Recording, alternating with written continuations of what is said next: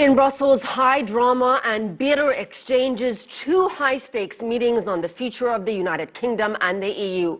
For the first time since the Brexit referendum, British Prime Minister David Cameron met leaders at European Union headquarters. Tough words from German Chancellor Angela Merkel, warning the UK should not expect special treatment after it exits. Members meet again on Wednesday without Cameron to discuss how to keep the bloc together. And at the European Parliament, accusations and counter-accusations over the UK's historic vote. CCTV's Kate Parkinson has more on that. Bitter exchanges in the European Parliament. UKIP leader and Brexiteer Nigel Farage enjoying his moment in the spotlight. Isn't it funny?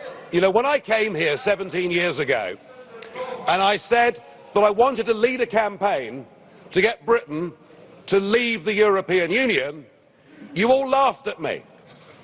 Well, I have to say, you're not laughing now, are you? I'll make one prediction this morning. The United Kingdom will not be the last member state to leave the European Union. I'm really surprised that you are here. You were fighting for the exit. The British people voted in favour of the exit. Why are you here? But there was at least one Brexit fan in the Parliament. Dear colleagues, why are you getting so upset?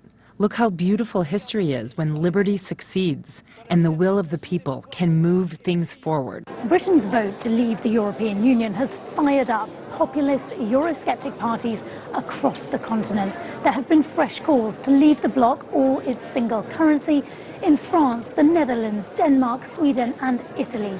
But how deep does anti-Europe sentiment really run? A recent survey by Pew Research Centre, carried out before the Brexit vote, found that the British are not the only ones with doubts about the European Union. The EU's strongest backers are the Poles and the Hungarians, but in many other nations, support is tepid. Just 27% of the Greeks, 38% of the French, and 47% of the Spanish view the EU favourably. But is the Union really going to see a mass exodus of its members? Austrian MEP Barbara Kapell from the Europe of Nations and Freedom group, headed by Marine Le Pen, thinks not. What we see now in the media, what happened in the UK, with all of these problems, I mean, maybe you might even fall apart, which nobody hopes, of course, but there is a referendum in Scotland maybe planned, there is a potential referendum in North Ireland.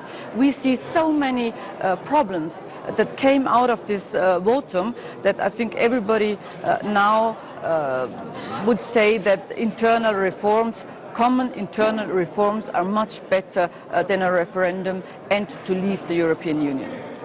It's too early to tell if Europe will see a Frexit in France, a Nexit in the Netherlands, or an OX in Austria.